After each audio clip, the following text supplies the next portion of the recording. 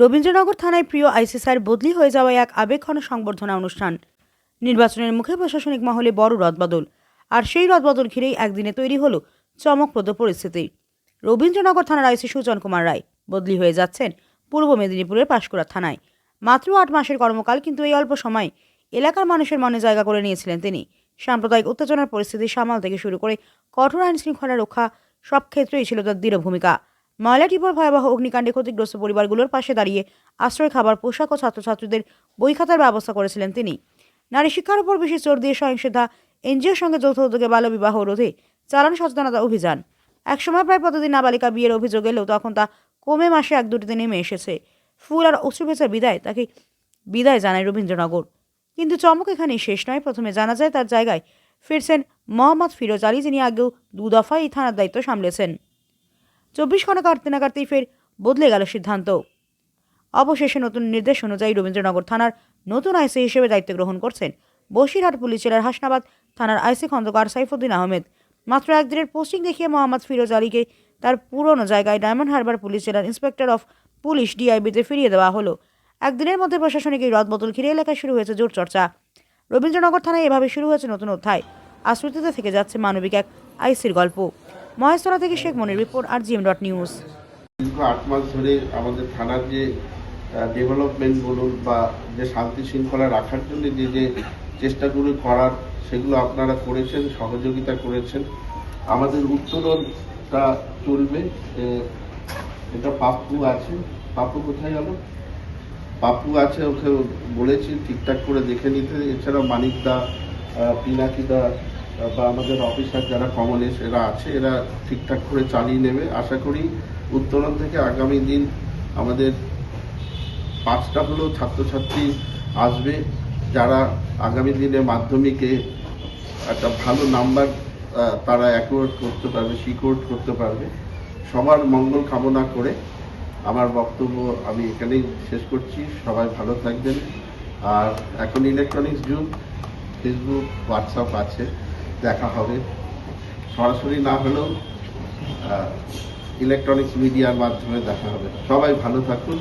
আর একবার কৃতজ্ঞতা জানাচ্ছি যে আপনারা এইখানে উপস্থিত হয়েছেন, আমাকে শুভেচ্ছা জানাচ্ছেন। এটা একটা পরম প্রাপ্তি। আমি ঈশ্বরকে এই জন্য ধন্যবাদ জানাই। নমস্কার। কিছু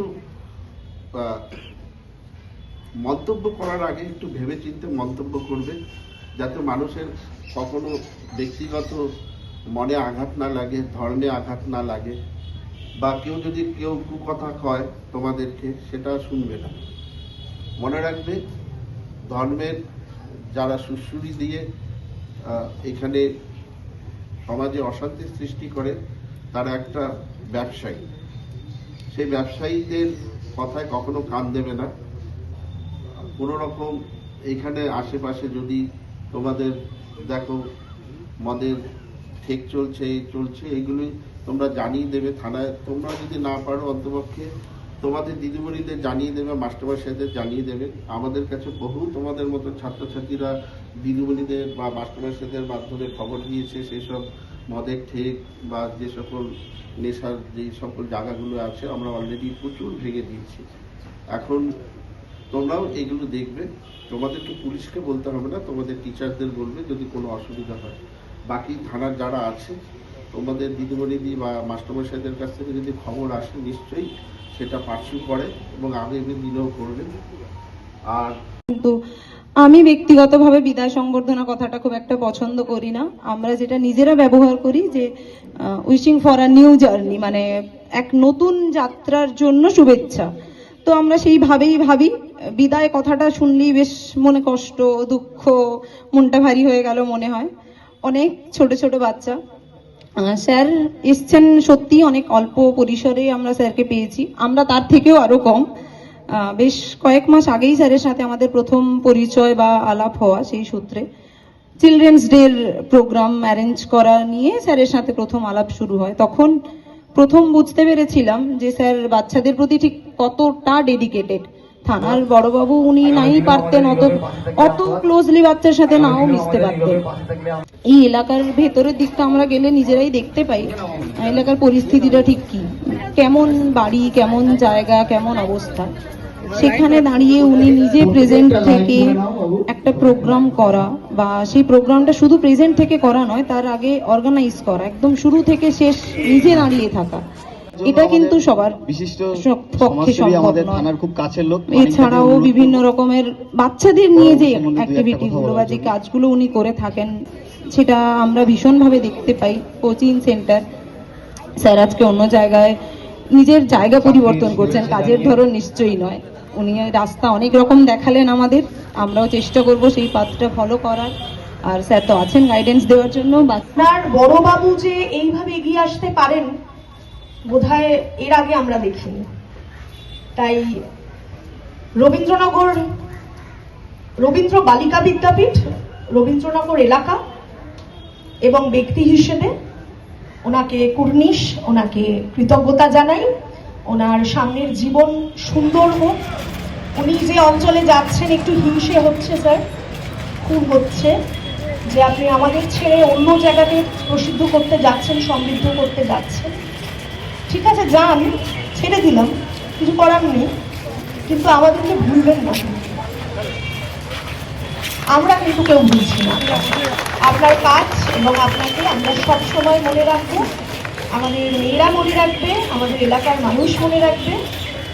আশা করি আপনার নতুন পথ চলা সুন্দর হবে। এই বলে শেষ করছি। অনেক ধন্যবাদ। এখানে আমাদের রবীন্দ্রনাথের অন্তর্গত যত পাড়া, যত ওয়ার্ড আছে, সবাই কিন্তু একটা অভিভাবক হিসেবে পেয়েছে। উনি আমাদের সবসময় ডেকে পরামর্শ দিত, সুপরামর্শ দিত, এবং এলাকা কিভাবে ডেভেলপ করা যাবে, কিভাবে উন্নত হবে, সেই নিয়ে আলোচনা করতে। এবং এর আগে যত আইসি এসছে সবাই ভালো কাজ করেছে। উনি কিন্তু সবার তুলনায় একটু ঊর্ধ্বে কিছু কাজ করেছে যেগুলো এর আগে কেউ করেনি। যেমন এই দুঃস্থ ছাত্রছাত্রীদের নিয়ে একটা কোচিং সেন্টার খোলা, এটা কিন্তু একটা রবীন্দ্রনাথ থানার মধ্যে কিন্তু ঐতিহাসিক জিনিস। সবাই উপস্থিত আছেন, তাদের সবার থেকে একটু বেশি জানি এবং বেশি বুঝি এবং ভালোবাসি এই থানাকে। আমি প্রথম থেকেই এই থানার সঙ্গে যুক্ত আছি। এই অফিসটা আমার অফিস ছিল, পরবর্তীকালে থানা হয়েছিল। ইতিহাস কোনোদিন তৈরি থাকে না, ইতিহাস তৈরি করে নিতে হয়। এই কারণেই বলছি, বড়বাবু যে এটা দৃষ্টান্ত করে রাখলেন যে এখানে একটা কোচিং সেন্টার করেছেন, যেটা দুস্থ গরিব ছেলে মেয়েদের পড়াশোনা করার জন্য। এটা আমার বিগত 22 বছরের মধ্যে আমার চোখে তো পড়েনি, আমি দেখিও নি। আমি ওনাকে ছিলাম এবং নমস্কার জানাই। উনি যেখানে যাবেন সেখানে ভালো থাকবেন, সুস্থ থাকবেন, এই কথা বলে সবাইকে অভিনন্দন চাই না। আর কেন কি আমরা ছোট থেকে বড় হয়ে গেলাম এই জায়গার মেটিয়াবুরুজের মধ্যে, আজ পর্যন্ত কোনোদিন দেখিনি। যা দেখেছি টিভির মধ্যে দেখেছি, ফোনের মধ্যে দেখেছি, রিয়ালিটিতে কোনোদিন দেখিনি। সেটা একটা দুর্ঘটনা হয়ে গেছে। সেই দুর্ঘটনাটাকে কিভাবে হ্যান্ডেল করে এলাকাটাকে শান্ত করেছেন, আমি স্যারকে স্যালুট করে একবার স্যারের জন্য তালি হয়, একবার স্যারের জন্য তালি। যেভাবে এলাকাটাকে উনি শান্ত করেছেন, যেভাবে উনি পুরো একটা ভালোর সাথে ভালো, খারাপের সাথে খারাপ। যদি তুমি ভালো করো স্যার তোমার সাথে আছে, যদি তুমি ভালো না করো তাহলে কোনো তোমার উপায় নেই। তারপরে এসে খুব কম টাইমের জন্যই এসছেন উনি। প্রায় জুন মাসে এসেছিলেন আর ফেব্রুয়ারি মাসেই চলে যাচ্ছেন, কিন্তু কম টাইমে কত বড় বড় কাজ করে গেছেন। এটার জন্য ওনাকে আমি স্যালুট জানাচ্ছি স্যার। আপনি অনেক বড় বড় কাজ করেছেন। দেখতে গেলে অনেক ছোট কাজ, সবাই বলবে ছোট টাইম, শর্ট টাইম, এই থানাটা কি করে করতে হবে। উনি 11টা, 11:30 সময় থানায় ঢুকবেন, আর পুরো রাত 10টা, 11টা, 12টা বেজে যাচ্ছে, কিন্তু খাওয়াটার সময় অবধি উনি বাড়িতে যেতেন না। উনি থানাতে বসেই খেতেন, বলতেন না আমি টাইম পাবো না, আরো লোকজনকে টাইম দিতে পারবো না, আরো যতটা হবে টাইম দেবো আমি। তারপর অত ভালো একটা কোচিং সেন্টার খুললেন।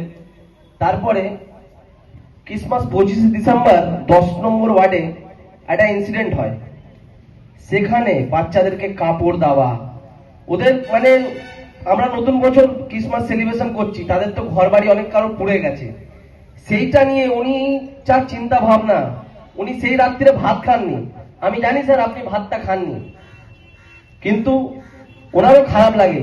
এটা সবাইকে যে মিলেমিশে মানে অত ভালো করে মানে কম টাইমে একটা সবার মনে জায়গাটা করে গেছেন, এটার জন্য ওনাকে আমি অনেক অনেক কৃতজ্ঞ জানাচ্ছি। এটাই বলে আমি নিজের বক্তব্য শেষ করছি। এখন আপনার বাড়ি, অফিস এবং দোকানকে সুরক্ষিত রাখুন টোটাল সিকিউরিটি সলিউশনের সাথে। আমরা বিভিন্ন নামি দামি ব্র্যান্ডের সিসিটিভি ও সিসিটিভি সংক্রান্ত যাবতীয় অ্যাক্সেসরিজ বিক্রয় করার পাশাপাশি সার্ভিসও প্রোভাইড করে থাকি। টোটাল সিকিউরিটি সলিউশন একটি নির্ভরযোগ্য প্রতিষ্ঠান যা 24/7 সার্ভিস প্রোভাইড করে থাকে। তাছাড়া এই প্রতিষ্ঠান দীর্ঘদিন ধরে যত্ন সহকারে দোকান, বাড়ি, কারখানা, school, nursing home, hotel, restaurant, শোরুমগুলিতে পরিষেবা দিয়ে চলেছে। আমাদের এখানে প্রশিক্ষণপ্রাপ্ত টেকনিশিয়ান দ্বারা কাজ করানো হয়। আমাদের ঠিকানা গার্ডেন রিচ, মেটিয়া ব্রুজ, কলকাতা 700024। বিশদে জানতে যোগাযোগ করুন 7003047447 এই নম্বরে।